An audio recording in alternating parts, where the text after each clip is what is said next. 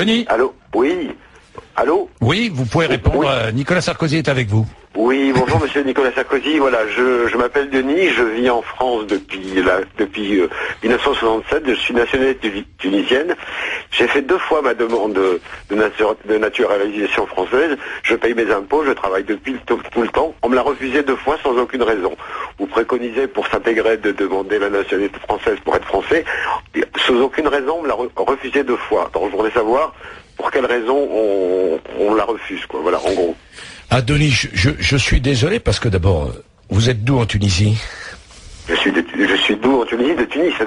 Je suis en France, je vis en France. Mais j'ai bien compris. Ah, très bien.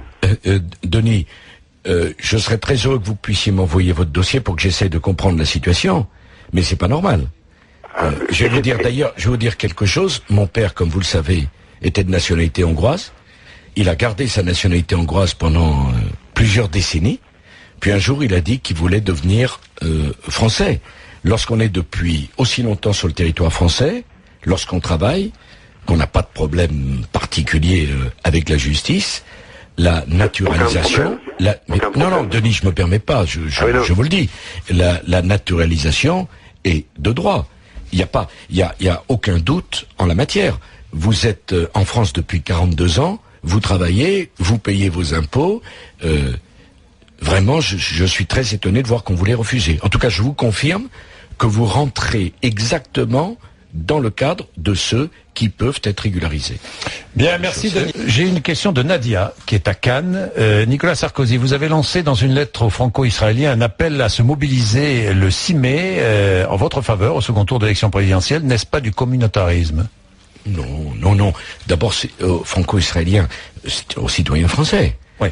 J'ai le Franco-israéliens qui sont et français et israéliens. Bon, vous savez, la double nationalité, ça existe en France. C'est pas. Donc vous êtes favorable au maintien de la double nationalité. Est-ce que vous rejoignez Marine Le Pen qui veut supprimer la double nationalité? Non, pourquoi? Non, je suis tout à fait contre. Pourquoi? Parce qu'il y a des histoires familiales, il y a des traditions familiales. Bon, et chacun sait bien que pour un certain nombre de nos compatriotes d'origine africaine, le lien avec le pays d'origine, ça compte. Ou pour nos compatriotes de confession juive, le lien avec Israël, ça compte.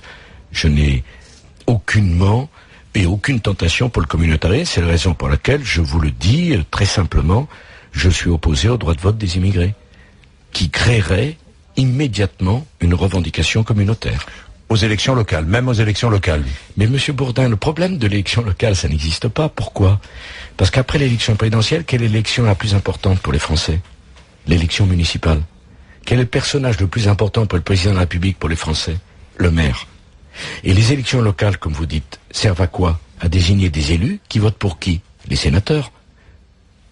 Donc, parler d'élections locales comme une grande différence avec les autres élections n'a pas de sens, puisque les élus locaux votent pour les législateurs. Le vote Front National, c'est un vote d'adhésion, selon vous? De plus en plus. Oui, d'adhésion. Donc d'adhésion aux idées de Marine Le Pen.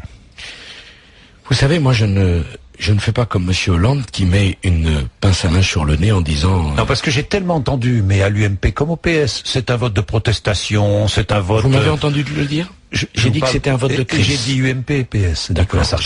Jean-Jacques Bourdin, pour moi, les mots ont un sens. Oui. C'est un vote de crise. Pour moi aussi. Après 4 années de crise. Oui.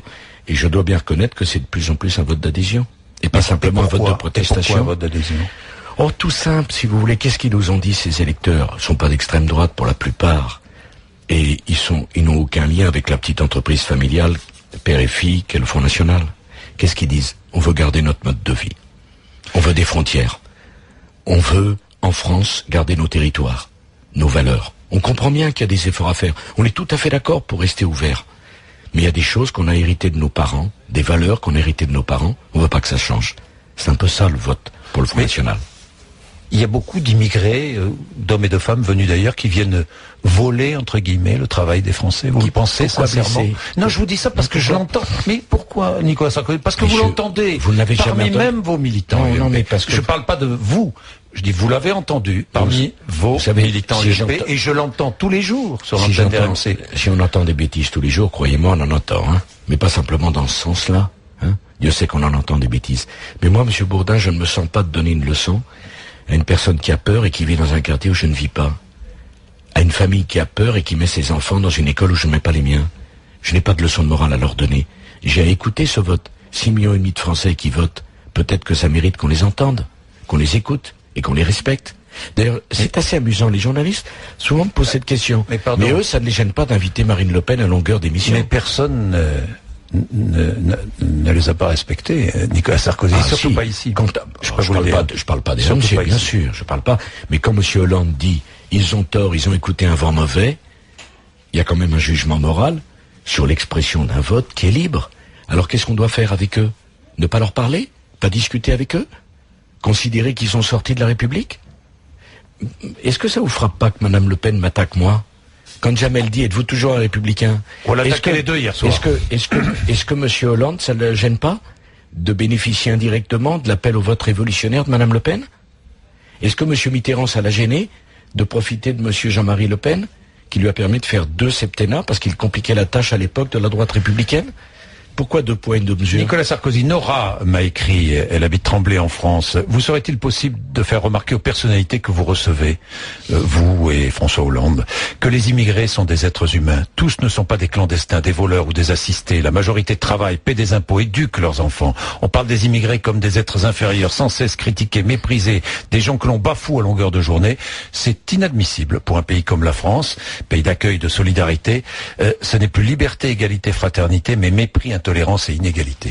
Nora, pardon, je vous le dis avec beaucoup de sympathie et infiniment de respect. Ce que vous dites est inadmissible pour un pays comme la France, qui est le pays le plus généreux du monde en la matière. Et je n'accepte pas la mise en cause de notre pays. Nora, permettez-moi de vous dire, essayez de rentrer aux États-Unis si vous n'avez pas un emploi, et vous verrez comment on vous recevra. Essayez de rentrer au Canada si vous n'avez pas un emploi, et vous verrez comment on vous recevra. En France, Nora, je vais vous l'apprendre. En France, on soigne tout le monde, y compris l'immigré en situation irrégulière. Ça s'appelle l'aide médicale d'urgence. C'est plusieurs centaines de millions d'euros et c'est l'honneur de la France. Arrêtez de culpabiliser la France. Il n'y a pas un pays d'Europe qui fait plus pour les immigrés que la France. Et nous sommes en droit d'assumer cette générosité, mais d'être respectés aussi pour cette générosité. Donc Nora, vous avez peut-être des lectures qui vous conduisent à une stigmatisation. Vous stigmatisez pas les immigrés, mais peut-être que vous stigmatisez votre pays. Bien, Belkacem est commerçant dans les Alpes-Maritimes. Bonjour. Oui, bonjour monsieur Sarkozy. Ma question est la suivante. Comptez-vous reprendre le projet de discrimination positive promis en 2007 et qui ne vous a pas empêché d'être élu? Oh j'y crois toujours, Belkacem. J'y crois toujours. Pourquoi? Qu'est-ce que ça veut dire derrière ça? Ça veut dire que l'égalité, c'est pas donner la même chose à chacun. C'est donner plus à celui qui vient de plus loin. Et c'est exactement ce que nous avons fait pour les grandes écoles. Regardez ce qui se passe à Sciences Po. Regardez ce qui se passe avec les classes préparatoires de toutes les grandes écoles maintenant, où j'ai demandé que des jeunes venant des quartiers puissent avoir une place, passer un concours et une chance d'y réussir. C'est ce que j'ai fait aussi avec les 10 000 places des internats d'excellence. Qu'est-ce que c'est, si ce n'est de la discrimination positive?